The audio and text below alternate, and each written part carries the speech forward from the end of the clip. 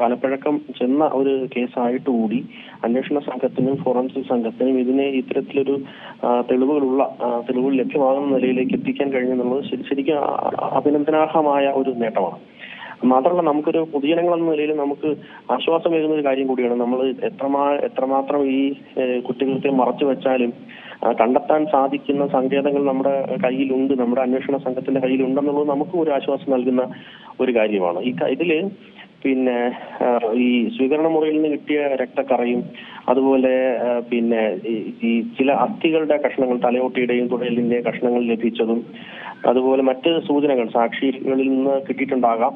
അതുപോലെ അദ്ദേഹത്തെ ഈ പ്രതിയെ ചോദ്യം ചെയ്തതിൽ നിന്ന് ലഭിച്ച വിവരങ്ങളും ഒക്കെ ചേർത്തുകൊണ്ടായിരിക്കും ഇത്തരം അനുമാനത്തിലേക്ക് എത്തിയിട്ടുണ്ടാകുക. ഇതില് ഈ ഫോറൻസിക് മെഡിക്കൽ പരിശോധന, ഒരു അസ്ഥി ലഭിച്ചതിന്റെ പരിശോധന നടത്തിയിട്ടുണ്ടാവും.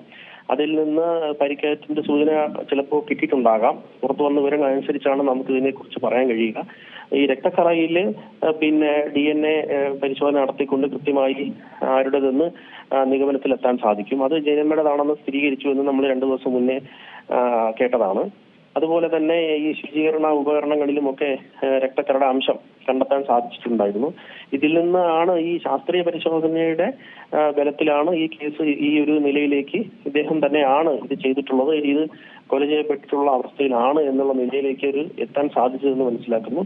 തീർച്ചയായിട്ടും ഒരു ഫോറൻസിക് ആസ്പെക്ട് നോക്കുമ്പോൾ വളരെ ശുഭോദർക്കമായ ഒരവസ്ഥയിലാണ് ഈ കേസ് നിലവിൽ ഉള്ളത് എന്ന് ഞാൻ മനസ്സിലാക്കുന്നു.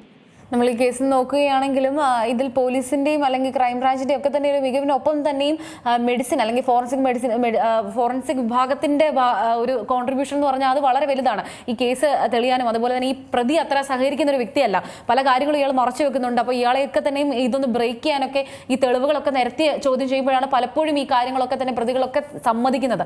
ഈ പ്രതിയെ സംബന്ധിച്ച് ഇയാൾ വളരെ സ്റ്റബോൺ ആയിട്ടുള്ള ഒരു വ്യക്തിയാണ്. അപ്പോൾ ഇയാളെ ഈ കാര്യങ്ങളൊക്കെ ഇയാളിൽ നിന്ന് മനസ്സിലാക്കിയെടുക്കാൻ വളരെ ബുദ്ധിമുട്ടാണ്. അപ്പോഴാണ് ഈ ഫോറൻസിക് അല്ലെങ്കിൽ ആ ഒരു വിഭാഗത്തിന്റെ ഒരു സഹായം ഉണ്ടാകുന്നത്. തീർച്ചയായിട്ടും നമ്മൾ ശാസ്ത്ര തെളിവുകൾ എത്രമാത്രം പ്രാധാന്യമുള്ളതാണെന്ന് ഈ കേസ് നമ്മുടെ കൺമുന്നിൽ വിവരിച്ചു തരുന്ന ഒരു സാഹചര്യമാണ് നമുക്ക് അതിൽ കാണാൻ കഴിയുന്നത്. ഫോറൻസിക് തെളിവുകളാണ് ഈ കേസുകളെ ഇത്രയും ഈ ഒരു കുറ്റകൃത്യം അദ്ദേഹത്തിന്റെ കൾപ്പബിലിറ്റി ഫിക്സ് ചെയ്യുന്ന നിലയിൽ എത്തിക്കാൻ സാധിച്ചതെന്നാണ് നമുക്കിതിൽ നിന്ന് കാണാൻ കഴിയുന്നത്.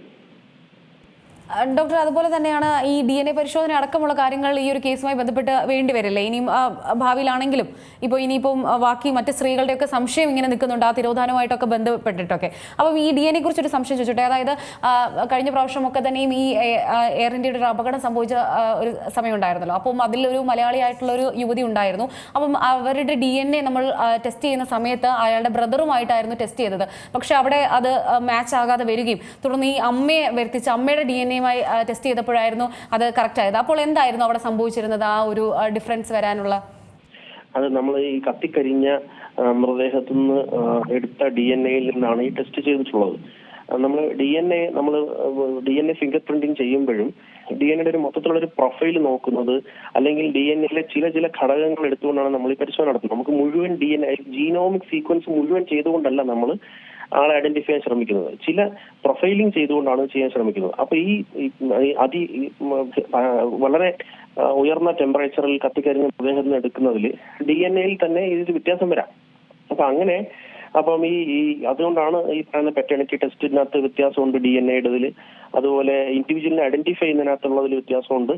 അതുകൊണ്ടാണ് ബ്രദറിന്റേതിലതും അമ്മയുടേതുമായിട്ടും ഒക്കെ വ്യത്യാസം വന്നതിന്റെ കാരണം അത്തരത്തിലൊരു ഒരു ഫോൾസ് നെഗറ്റിവിറ്റി വരാനായിട്ട് ടെസ്റ്റിനെ അഫക്ട് ചെയ്യാനുള്ള സാഹചര്യങ്ങൾ ചിലതുണ്ട് ഈ DNA പ്രൊഫൈലിങ്ങിനകത്ത്. അതുകൊണ്ട് വന്നതാണ് ഇത്തരത്തിലുള്ള വ്യത്യാസം വരുന്നത്.